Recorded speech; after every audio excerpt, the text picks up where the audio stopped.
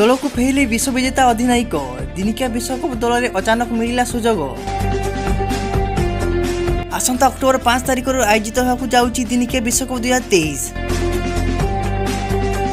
एथिपाई अधिकांश देश निज निज विश्वकप दल घोषणा कर सारी। तेबे वर्तमान यह विश्वकप दल में कमब्याक कर जड़े विश्व विजेता अधिनायक। पूर्व दल को विश्वकप जिताइबार सफलता हासिल करथिबा बेले एबे पुणी थे दल को से कमब्याक करछंती। तेणु दल एबे आहुरी मजबूत हो जाइछि। दिनिकिया विश्वकप 2023 ପାଇଁ दल घोषणा करिछि न्यूजीलैंड। एही दल रे कमब्याक करूछंती दलर अधिनायक केन विलियमसन। तेबे आईपीएल खेलिबा समय आहत होइथिबा बेले विलियमसन वर्तमान सुस्थ होई पुणी दल रे सुजोग पाइछंती।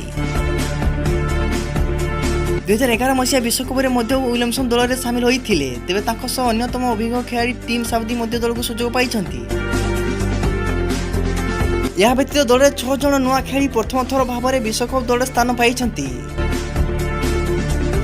एवं आपण माने हम चैनल से जोड़ी है ना तो चैनल सब्सक्राइब कर दिंतु और बेल आइकन को दबाई दिंतु।